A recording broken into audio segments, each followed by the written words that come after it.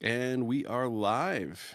What a fantastic day. The weather's kind of turned a little gloomy on us, but that gloom hasn't entered into our workspaces.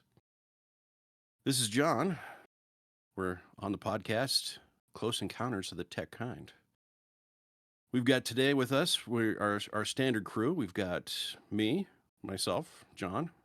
It's not three of us, but hey, we'll go with it. We got And I'm Mike. Mike. Yeah, I'm Mike. Hello, everybody. Good to see you today. We got Jackson.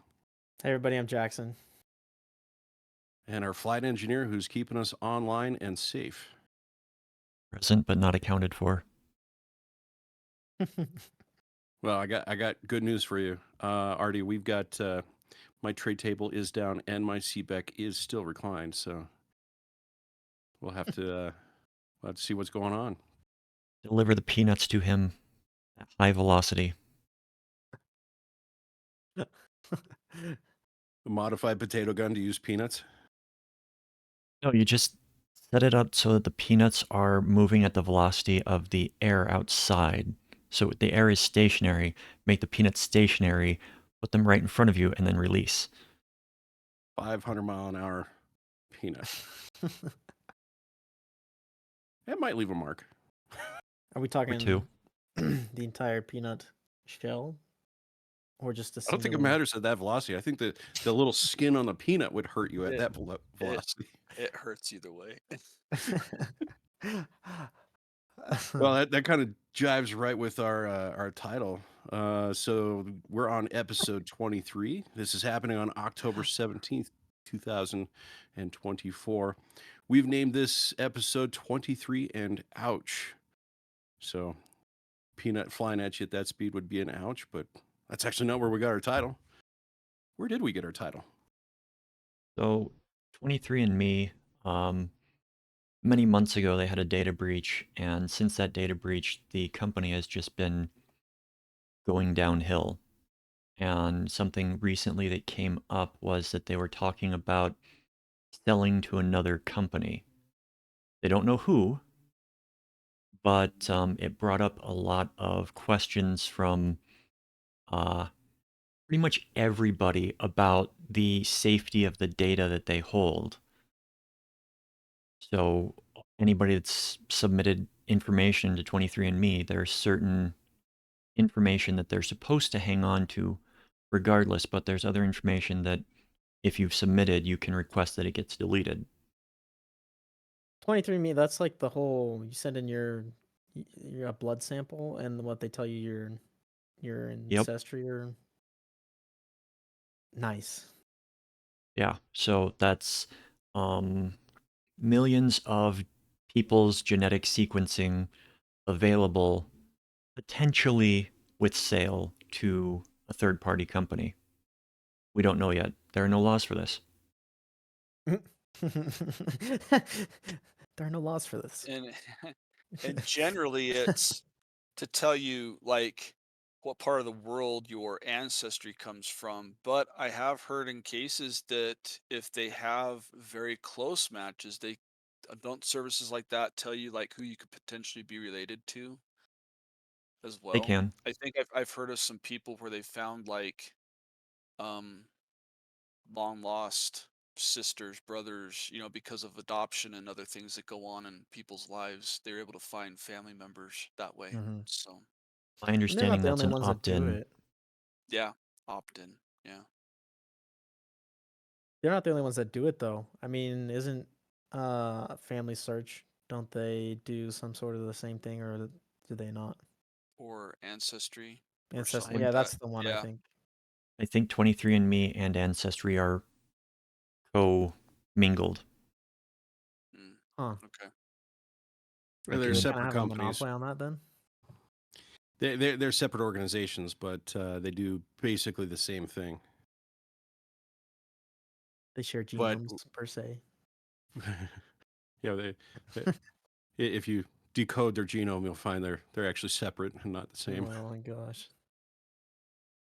So it's interesting that we're hitting this point. I mean, I've been hesitant to go get myself scanned. I'm curious what my heritage is, but it's do I trust them to throw away the data when they're done? Do I trust them to keep it safe? I mean, we talk a lot about data breaches here. I can't imagine this ending well for us, because somebody's going to come in with a new terms of service, because I guarantee you we reserve the right to change our terms of service without notice. Mhm. No, I can 23andMe is not related to Ancestry.com. Just had to double check that. I can see that a company could delete active user data from its active current copy. What about backups? How does a company handle that when a person requests, I want my information deleted? Yeah, they can delete it off the active servers or active user profiles or whatever you want to call it. But how do I know that it's been deleted out of their backups? And how many backups does a company have to go through to do that? What happens Yeah, when a backup gets compromised? You know? the Mhm. and that's the number one place hackers will go, is to go find the backups, because you get good legacy data that way. But to answer your question, Mike, the number one thing I've seen in companies, they will uh, they'll have a policy of delete the data when you get it. Nobody will go look at the backups. But I got good news for you. Mhm. How many companies actually test their backups for validity?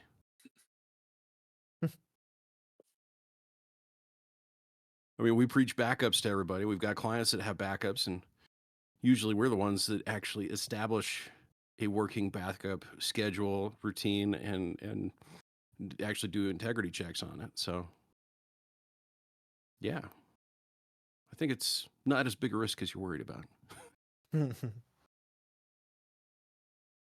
So Oh, the reason that Ancestry and others come to mind is that shortly after the breach, all the companies initiated two-factor authentication. So that's why all the things were set together in my head. That's like You mean that's like that wasn't a thing before? that's like putting the notice of a speed bump like 20 feet after the speed bump. Yeah, hey, did you feel that? It's like you just hit a speed bump. Thanks. but there are no speed bumps in this parking lot. How about the guardrail on like a mountain road? Just put it down at the bottom of the canyon. It's to keep you out of the river, not from going over there. It's just to keep you out of the river. That's all. To keep the river off the road. There you go.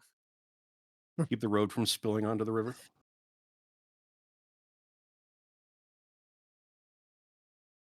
Man, Yeah, it's a. Go ahead. I was just gonna say, thinking about these backups, a little anecdote of what not to do as well with your backups, or maybe as why backups are important. Someone I know works for another company, has nothing to do with wireless support, and they have their own MSP that does all of their tech, and so this person I know, he is a manager of several of his people on his team, and one of them was getting uh, was retiring, so they had to take his computer, and then he had some ongoing cases and whatnot. And so, anyway, this friend of mine, he asked for their tech team. He sent it in. He said, "All right, now when you get this, make a copy of the drive, back it up, and then give me access to it because I have to go through and you know get all this stuff back." And he's telling me this. He's like, I gave them very specific instructions. I emailed them several times during this process. Hey, did you get it yet? Did you make the copy? Did you do it? And he said, and then I got a response back, and the response was, so sorry. As soon as we got it, it was completely wiped. We made no backups. And he lost it. He was so mad. But it's just like, it's so frustrating to have that happen. But I mean, as we're talking about, with the whole thing with 23andMe, um, I mean, I'm sure surely they have many backups. And then what you're talking about, like, well, how do you go through and delete the data? Say I want to delete my account, if I'm 23andMe, the easiest way to do it is just, delete it from our live servers and not even worry about the rest, because at that point, it's just a loss because you have to spend time going through. If you have to go back to who knows how many backups that you have saved and then remove that information. So, I mean, I just doubt that that is what has happened. But anyway, I was reminded of that horror story Yeah. of I give it 50-50 if they were actually running comprehensive backups. True.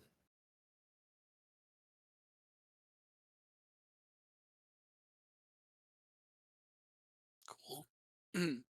So our genetics are all out there, huh? Those that have submitted some to 23andMe. Not yet. All the All of data. them. What was compromised in the data breach? So it was multiple records of approximately 6.9 million people. And it was the opt-in feature that allowed you to look for people that you're related to. It was a vector for them. Mm. Hmm. So now they know who's related to who, or who's related to whom. Well, Let's be good with our English here, guys. it's just the company is currently in the crosshairs of a lot of people because of wanting to sell, because they've lost the majority of their value.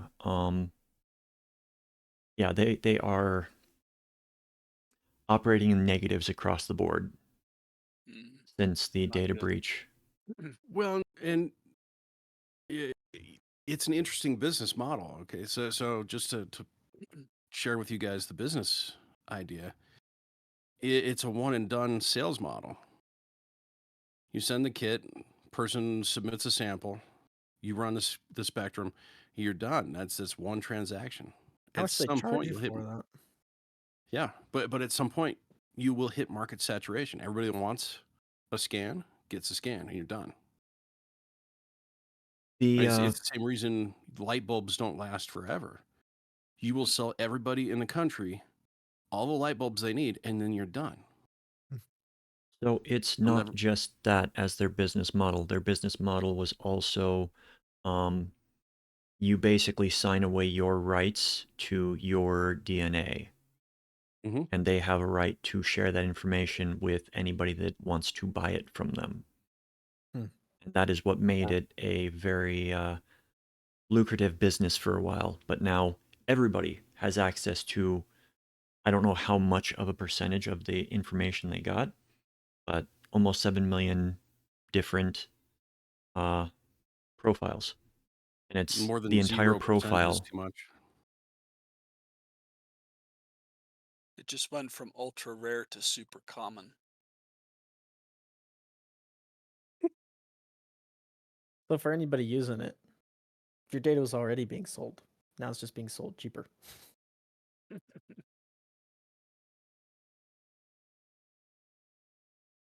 Yeah. What an interesting legal dilemma we got. Is it is the data for sale or is the data for sale on the dark web? Looking into it, Although I could see pharmaceutical companies getting interested in that kind of data. It's like what genome is out there because they would have a very limited sample through, let's say, donations. Um, they could get access to 6 million genetic samples across the whole spectrum. And through the technology they've got, they could actually categorize it and find your ethnicity, your origin. The other thing I find crazy about this is you have to pay to send in your DNA so that they can then sell it. And then those who are going to then buy it, none of that comes back to you. So uh, that's sorry.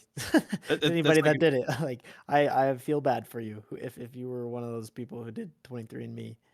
that's like an Feels bad. airplane delivering your luggage and leaving you behind. Had that Yeah. happen. No, it's you paying the airline to take your luggage and sell it to somebody else, and you stay at the airport. Yep. I know airlines that do that. Pay the airline to lose my luggage while they sell it to somebody. Yeah, okay. So it There looks was like the one. class action lawsuit is ongoing, despite in December of last year, they updated their terms of service to prevent class action lawsuits. Too late. Yeah, Um, nothing survives the arbitration agreement when you get 6.9 million people saying, no, you stole my data. yeah, arbitration is going to take years if you go like that because each, Hmm. yeah, No, you it's could going to cost them successfully more. argue that. If you do, there's not enough arbitrators in the world to go through that in a timely fashion. So yeah, I could see a judge overriding the arbitration clause and say, you know what, there's enough here that we're just going to deal with this in one shot. Everybody gets 20 cents and shut up.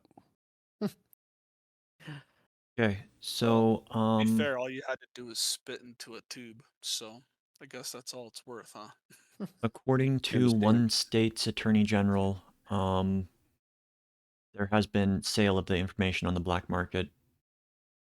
Yep. I wonder So how much it goes for on the black market.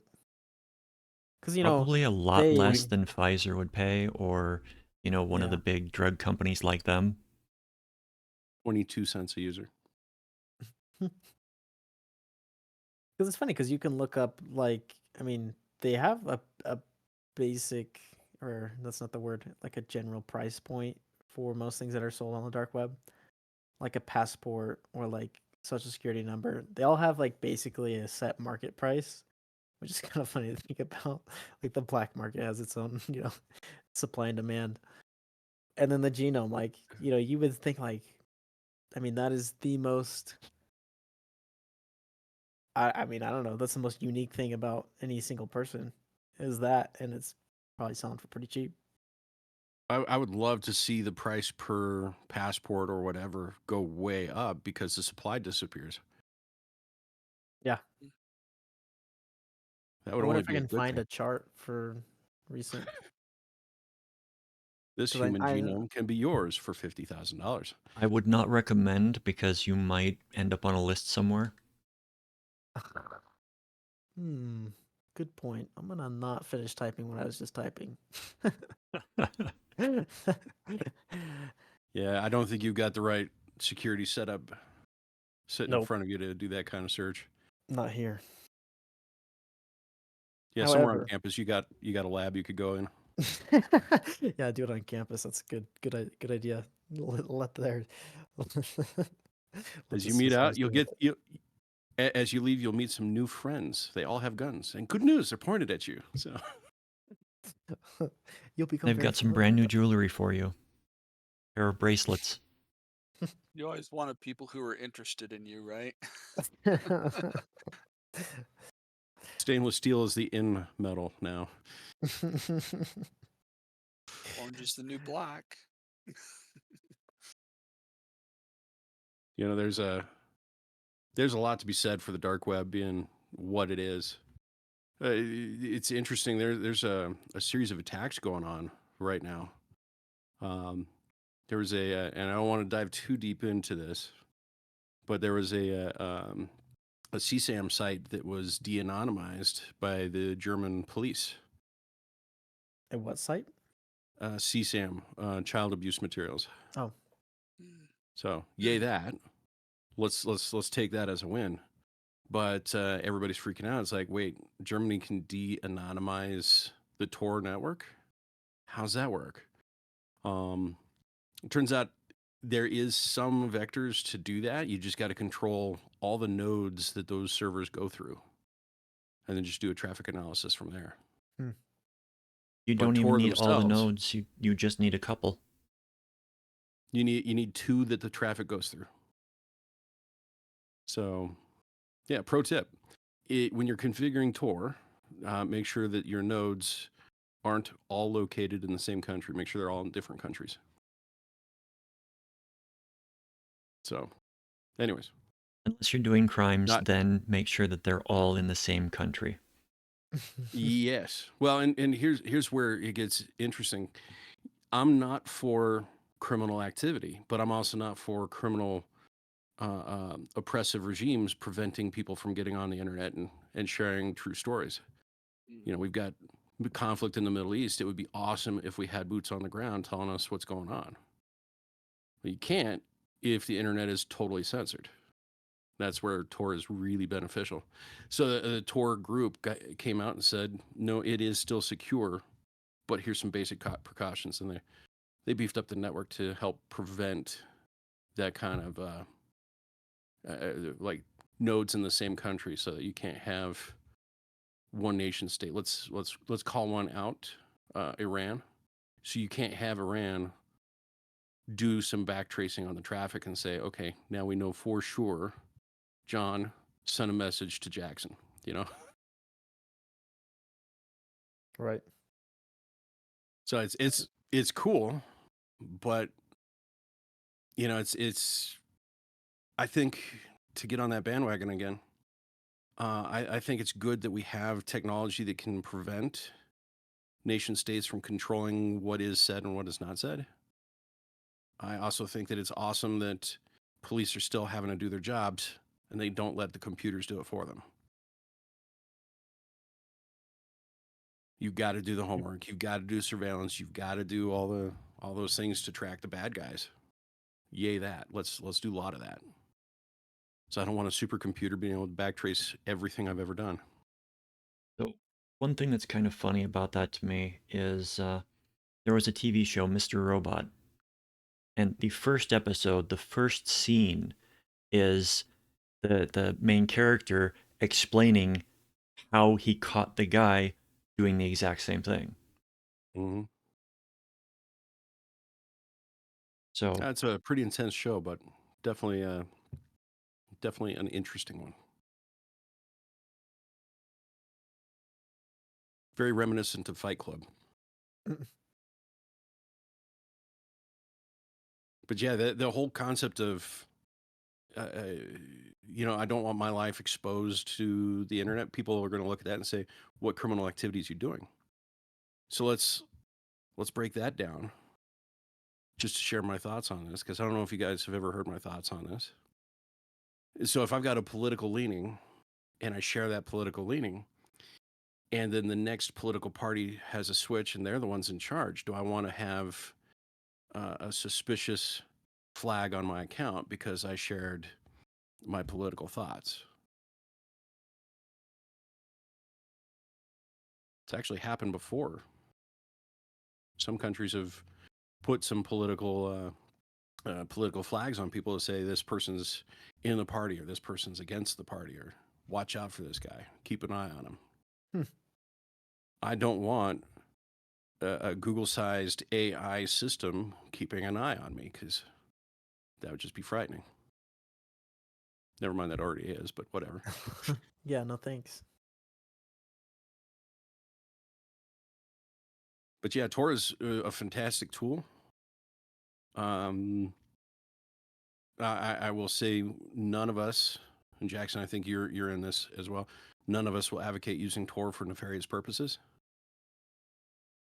But if Nope. we don't know what's going on there, we won't know how to protect ourselves. double-edged sword. Hmm? It functions as a double-edged sword. Yeah. You gotta, yeah, it's damaging to anybody that, yeah, my brain just died. We'll leave it there.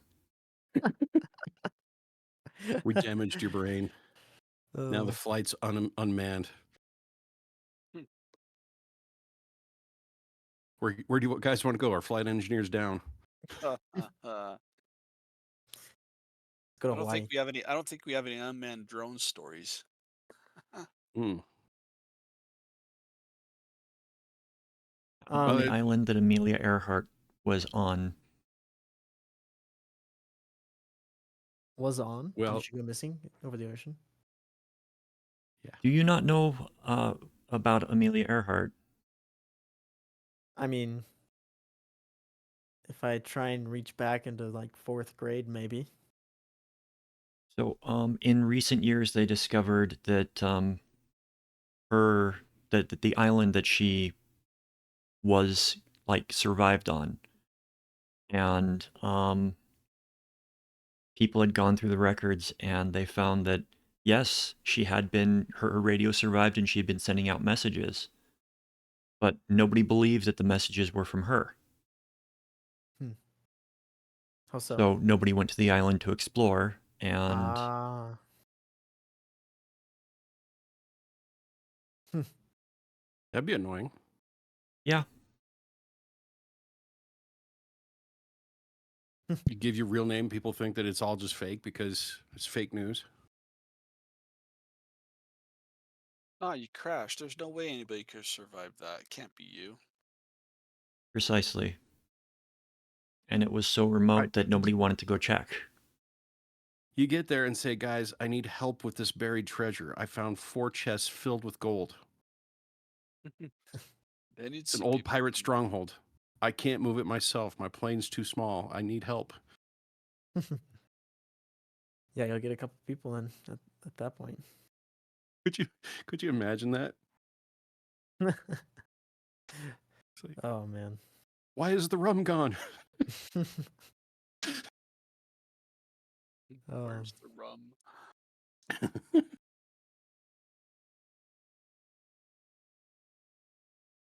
In another story that happened this week, this is coming from Bleeping Computer. They released that 200 malicious apps on Google Play were downloaded millions of times across 2023 and 2024. I don't know if you saw that. Yep. Did they name the apps? Whoever did the researchers that they discovered, they released like the whole list, and then Google came out and said that, let me find it. They said the malicious versions of these apps identified are no longer on play. Mhm. And then they're saying, Android users are automatically protected against known versions of malware mentioned in this report by Google Play Protect. But I mean, that makes me wonder, like, now they are, uh, but not while they were all in use. So, um, anyway, Well, but and across, go ahead. well, and just because Google closed that back door doesn't mean the bad guys didn't install a second, third, fourth, and fifth back doors into your phone. I know, right?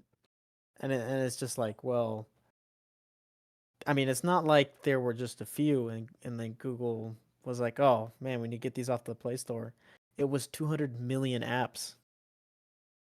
Could you imagine having 200 million apps on your phone? I have like maybe, I mean, I have a lot. I've got like 30, 40 maybe, Mm-hmm. but that's it. 200 million apps 200 million apps. Or were is it compromised. copies of apps? No, I'm sorry. I'm reading 200 malicious and then apps. 200 Okay. apps downloaded millions of times. Okay, that changes things a little bit. Still, 200, that's a lot. But That's it's 200 million instances of malicious applications out there in the wild. That's what it is. yeah. So, I'm going to drop a hot take here that might be worth putting into a short and getting the word out. A lot of those malicious apps. So let's put it this way: the malicious apps that you found on the Play Store were usually found as existing apps that were then bought by a company because they're already installed on hundreds of thousands of phones, but they're stale, they're unused. Now they have 100,000 users that they just push a new update to your phone. You've got the latest version because you already installed it. Good old automatic updates. Yep. That's one place where auto updates is bad for you. Oh, However, it's one of those things when you're going through your phones, delete the old apps that you don't need. If you used it once, if you went to that restaurant or you went to that movie theater, just delete that app when you're done. You don't need it on your phone. I believe Android phones, at least my Samsung phone, has a setup that's putting the apps to sleep if they haven't been used in X number of days. Hmm. So, like, there's been apps where I've had to go in, and it's like I thought I had an app, and I had to search for it, and it's like basically turn this app back on in order to use it, kind of thing. It's annoying, but oh my goodness, it's way better.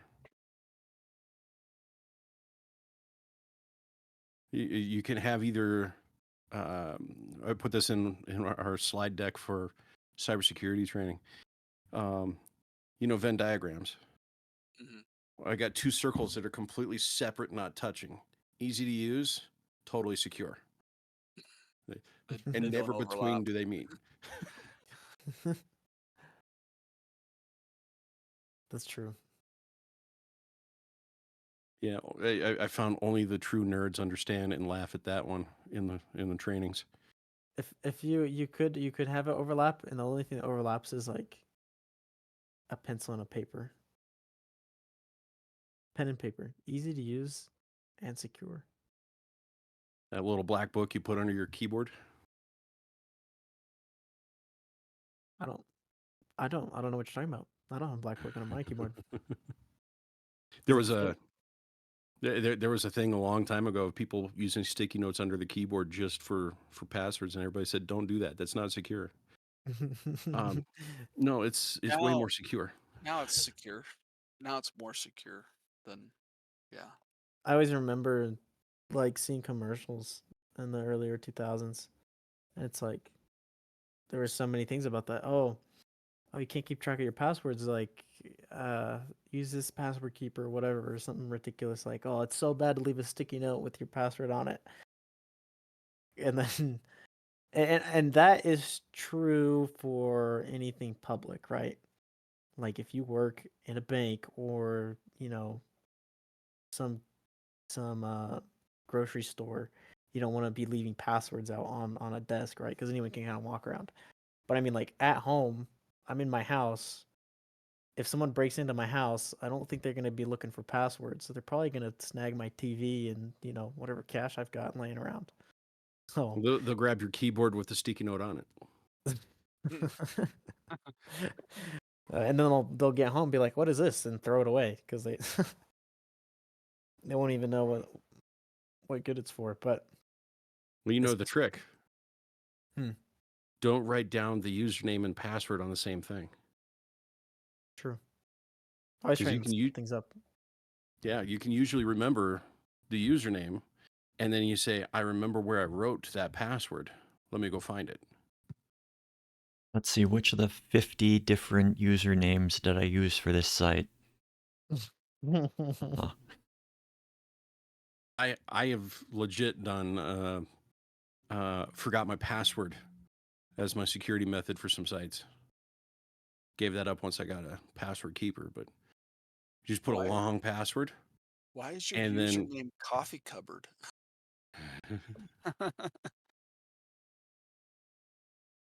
it if there was a uniform standard, then that's less secure. If everything's just random, that's even better.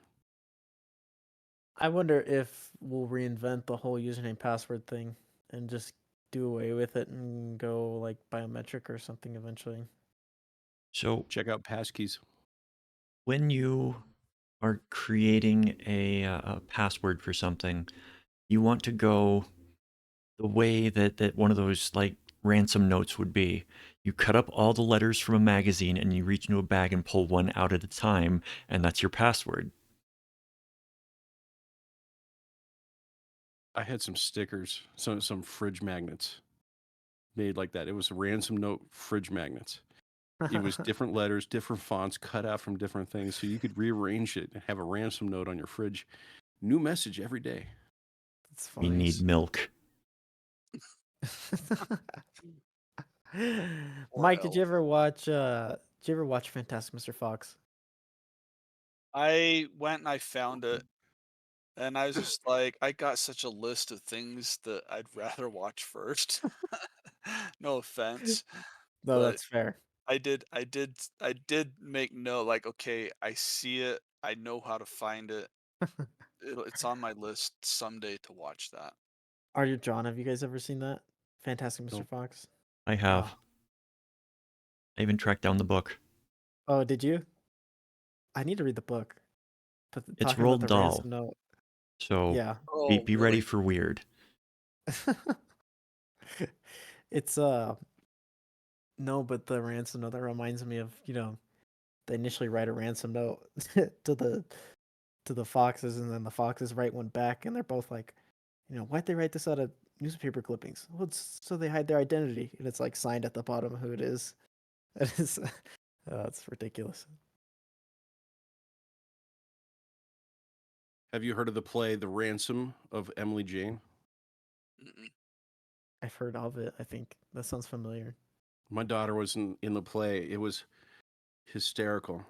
So go back to 1800s. You have an old town, and these crooks decide that they're going to kidnap the rich banker's daughter and hold her for ransom, and then get paid, $20,000 or whatever it is.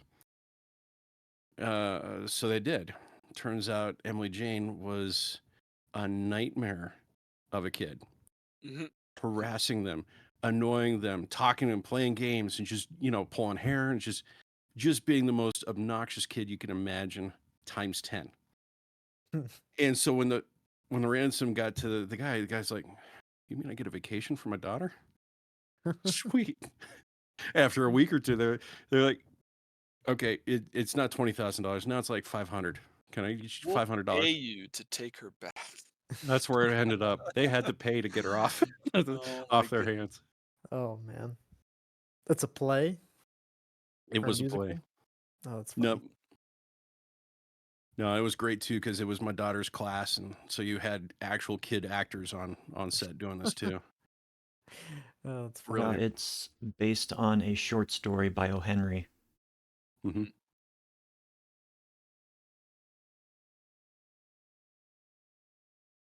Yeah, and some of those kid actors are just hilarious because they take it to the next level.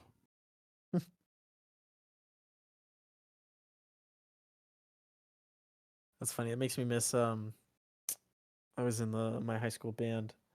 I played the trumpet, and so when we had a pretty robust drama program, and so we would do musicals, and then I got to play in the pit for it, and it was always fun to.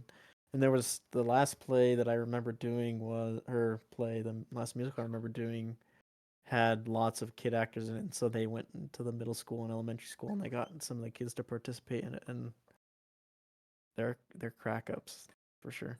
Mm. I am deeply impressed by the band that plays in the pit.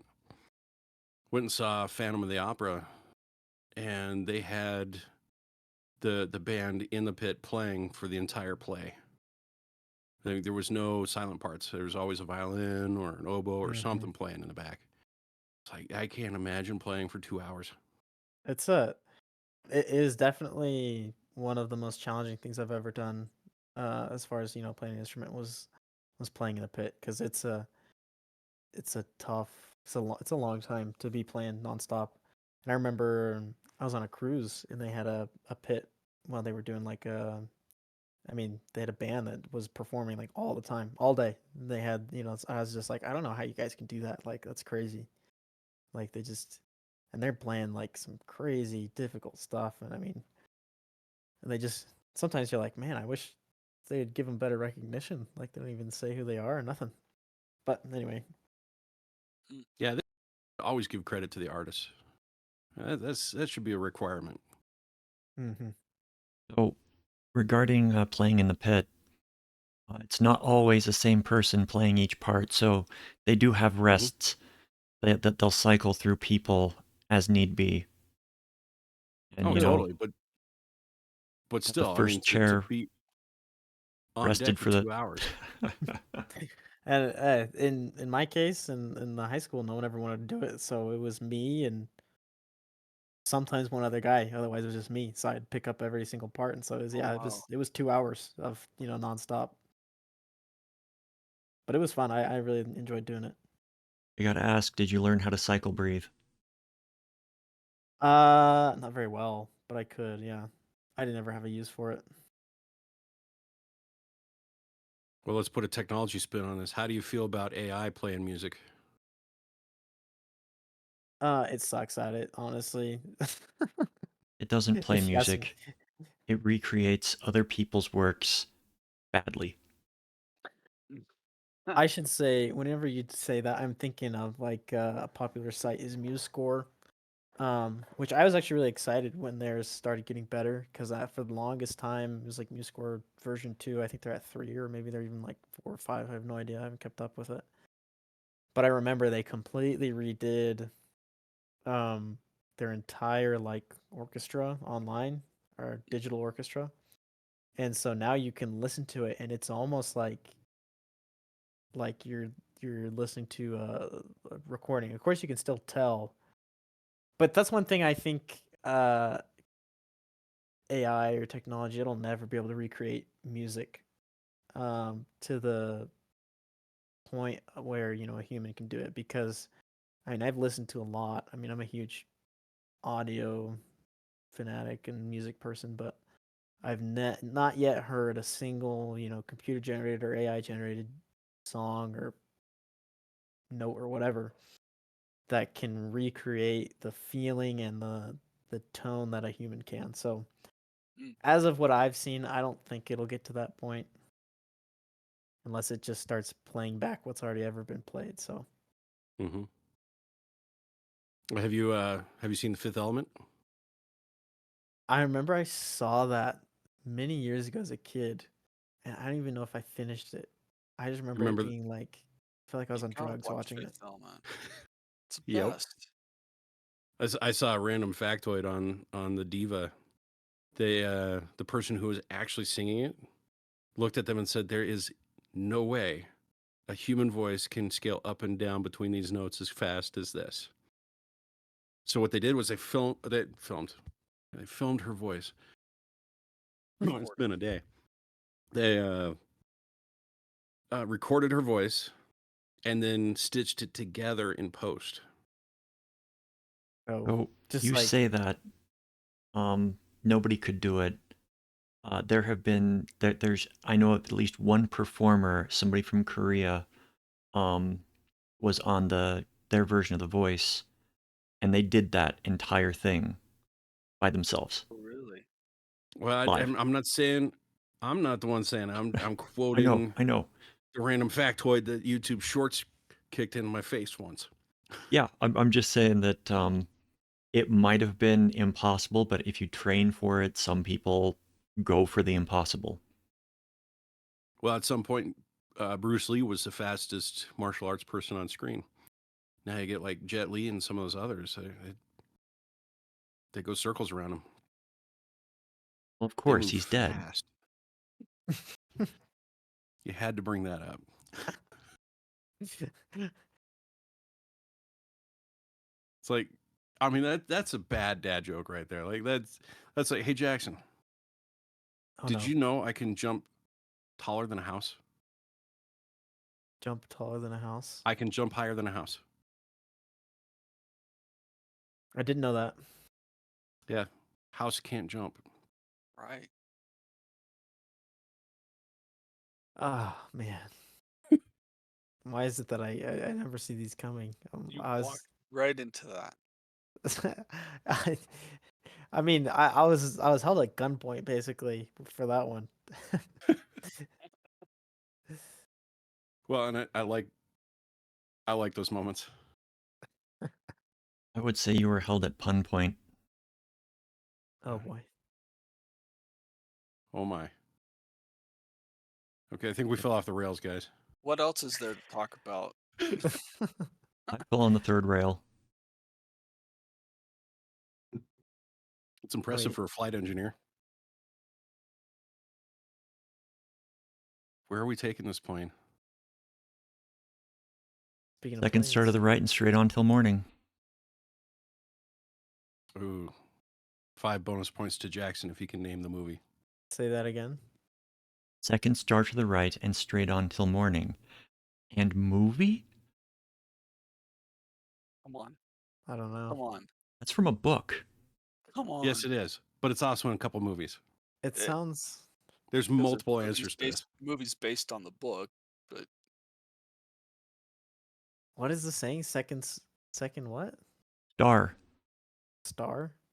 Oh, wait. Say it one more time. The whole thing.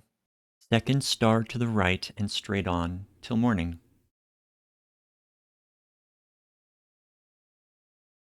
Oh, I don't remember.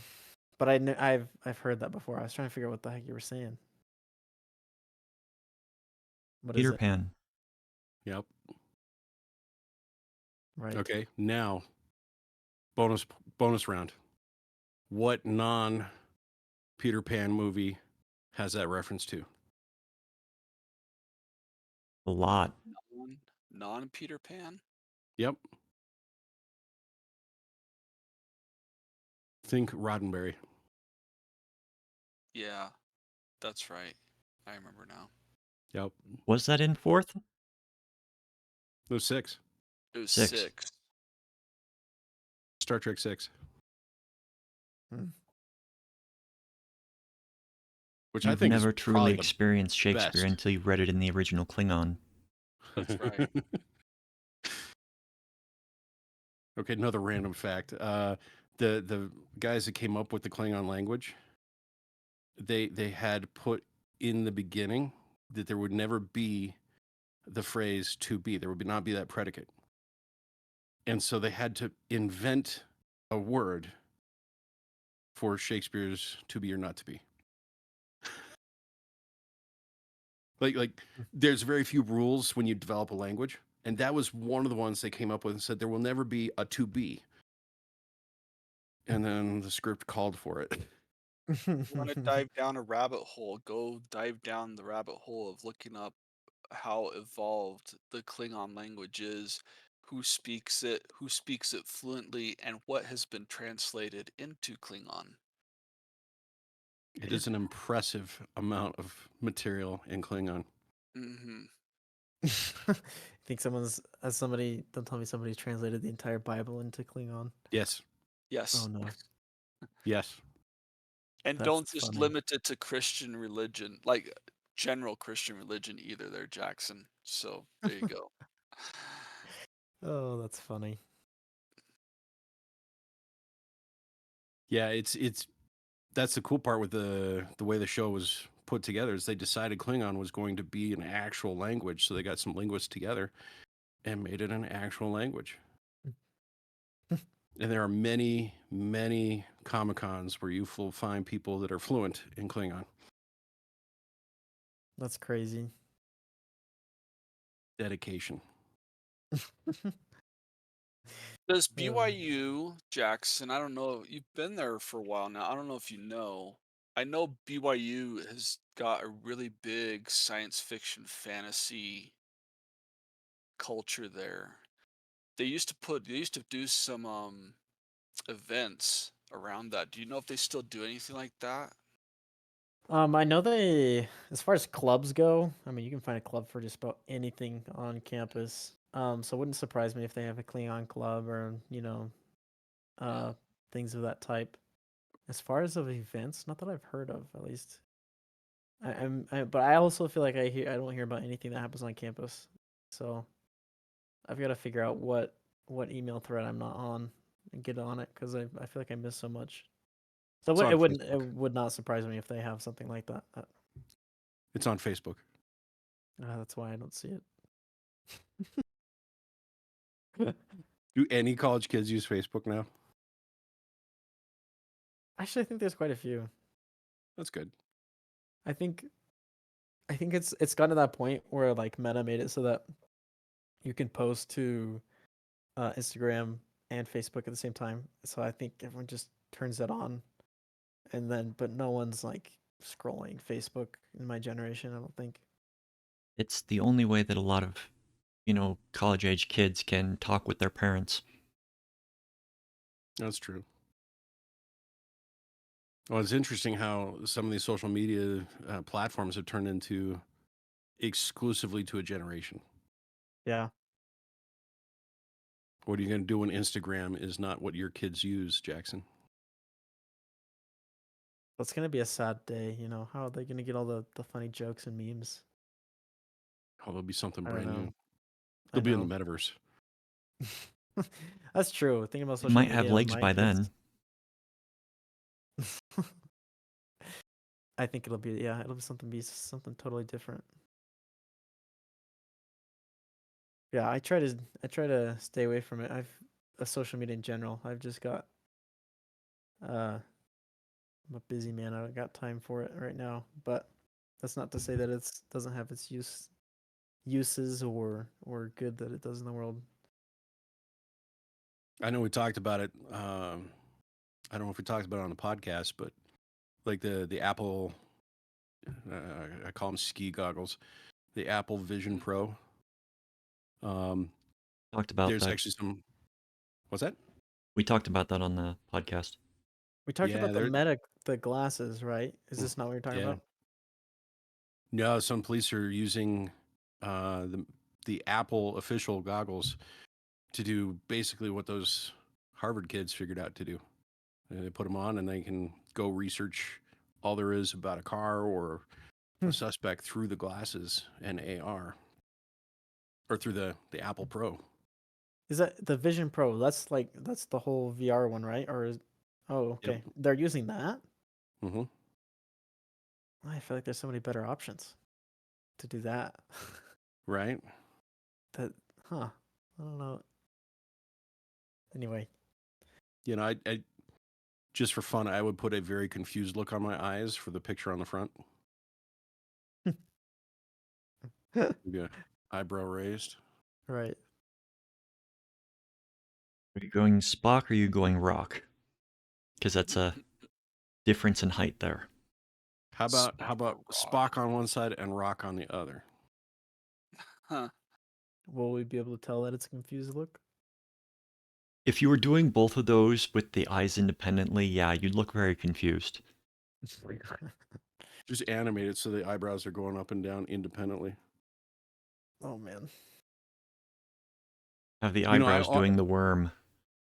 if those things weren't $3,500, I would love to get one just for that gag. Walk around with your eyes doing random things, Are they really cross-eyed and $3,500? blinking out of sync.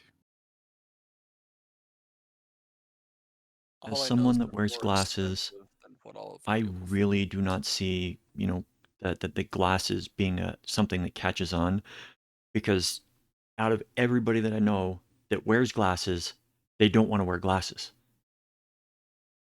It's just an annoyance that it's always on our face.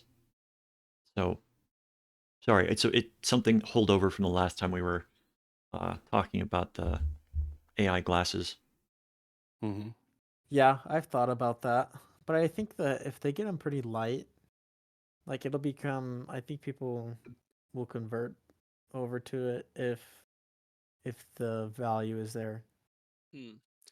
I'm not wearing my glasses right now because my eyesight's changed so much, but I've been wearing glasses since I was in the third grade. So having had several different styles of glasses, no matter how light or how whatever they make them, they're still like I have gone to the point where I don't notice them as much, but then there's just times where it's like it's kind of a pain in the butt having glasses. And so now my older age where my visions is to the point that I actually get to take my glasses off to rest my eyes for a bit or to be able to see things a little closer.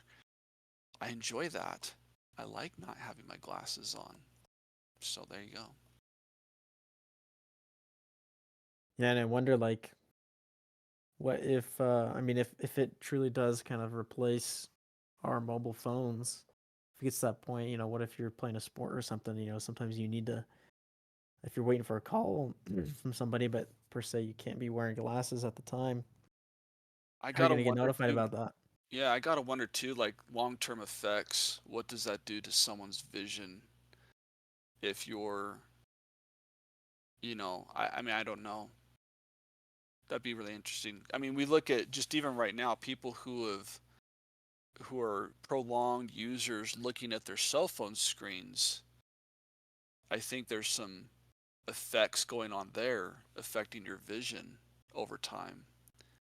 Or even just, Mhm. seeing and staring at a computer screen, they say nowadays that you need to take a break every so often to go look at the world outside so that you're not always focused in on that computer screen. Mhm. So now you're going to put that computer screen right up here next to your face and have it on you for what, 16 hours of a day? Really? I mean, I don't know. It's better I- than the implants. This is true. What's this about implants? Oh, give it a few years. We'll figure out how to get Neuralink to broadcast in your eyeballs. Light Oh speed man. underwear. Imagine hijacking into someone's vision. I, at some point, we will be there. If we keep doing this technology push to link up the human brain to a computer. I mean, I uh, hope to be either too old to care or too dead to care at that point. Yeah. nah, we'll hook up a chip and download your brain. We'll put it in a supercomputer somewhere. Yeah, we won't let you die, Mike. It What may is my be a good purpose? You serve butter. it may be a good representation of me, but I'm pretty sure it won't be me. So Uh, Just back me up on tape. Put me on the shelf. What comes to mind is RoboCop 2. All haven't the seen any of RoboCops those. after one were stupid.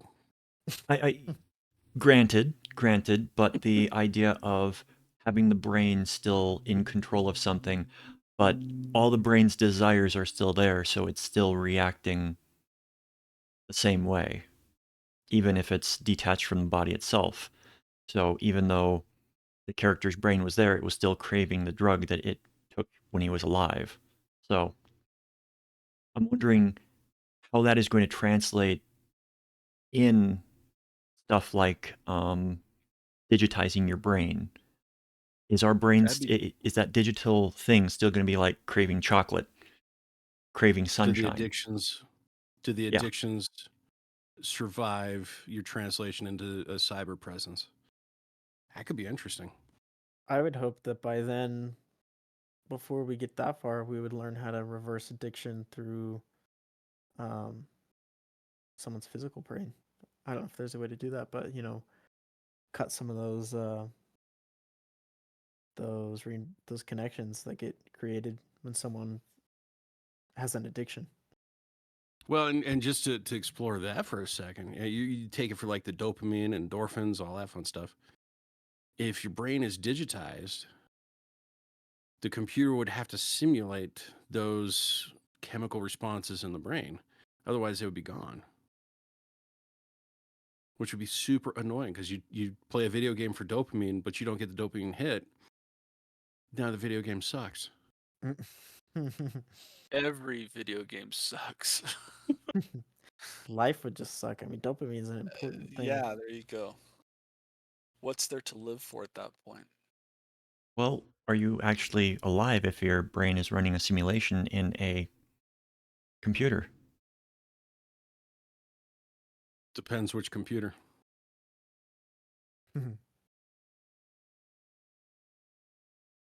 I mean, if it's, and this gets into some real metaphysical stuff, so why not?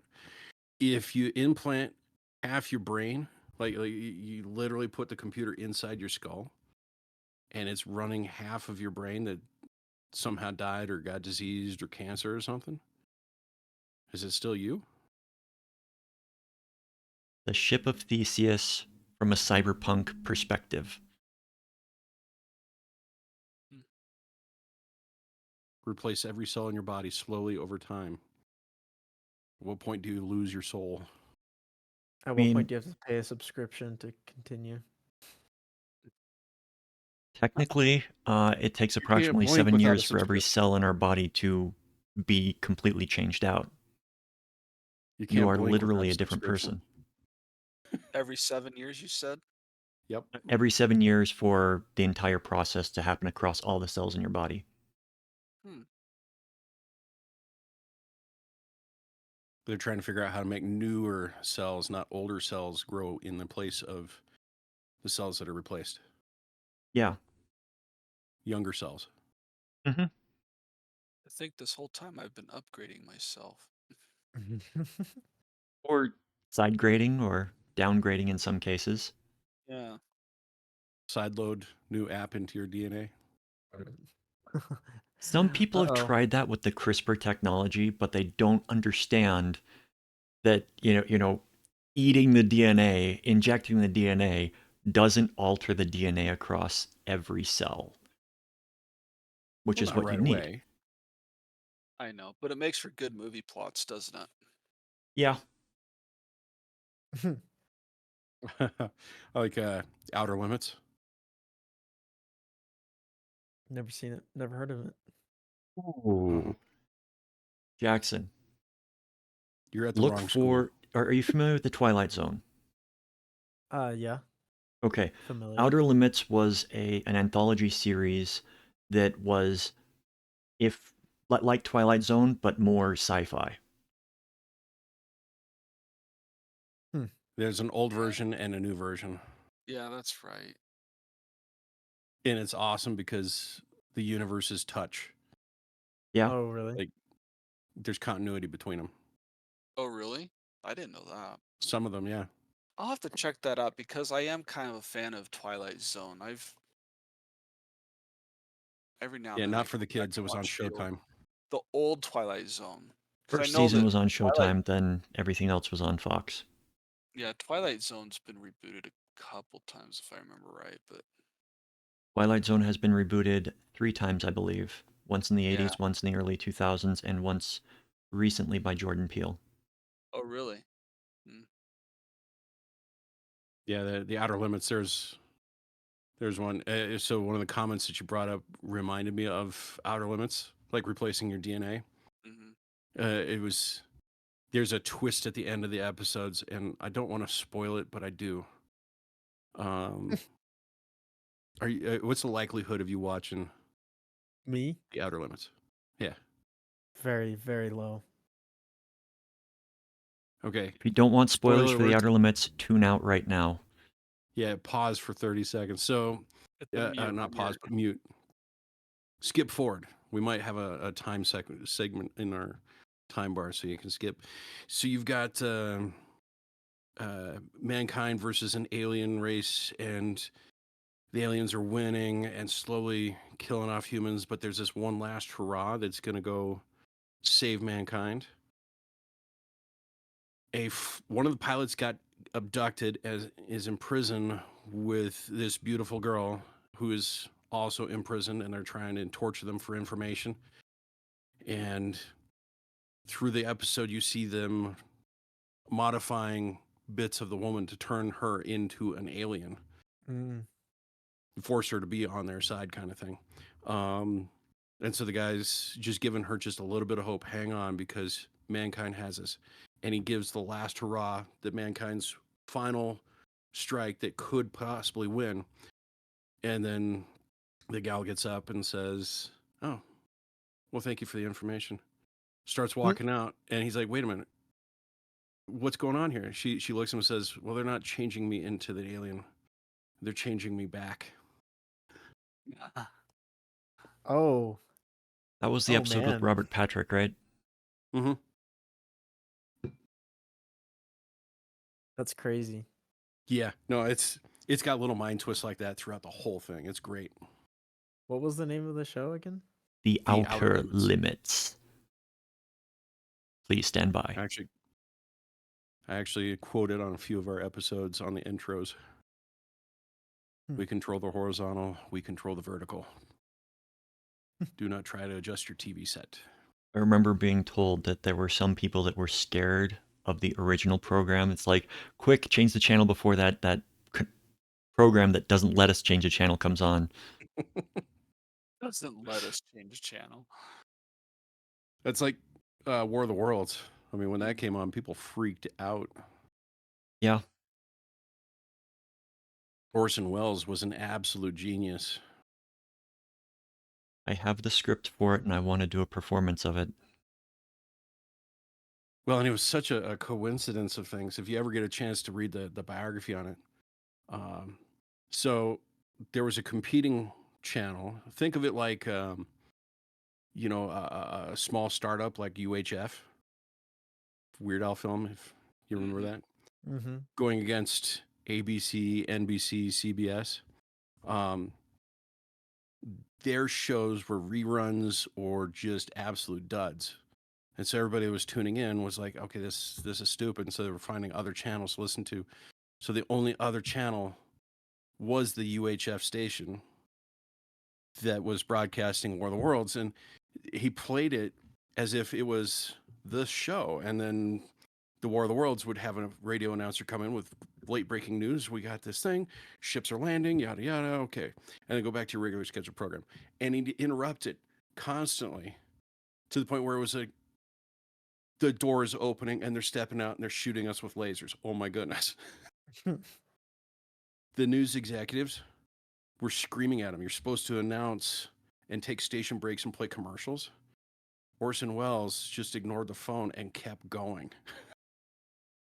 And it was like 25 minutes before the first station break, by which time the entire East Coast had freaked out.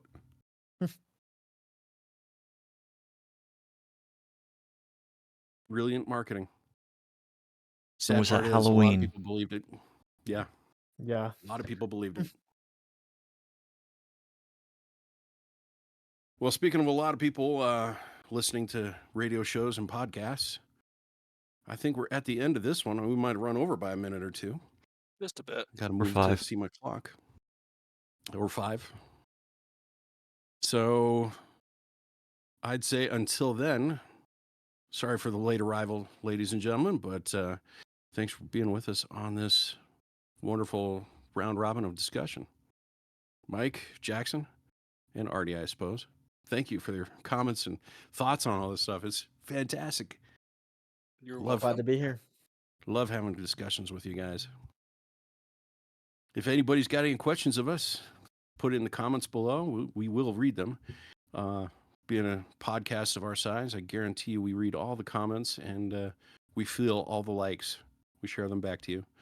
Until next time, have a great night.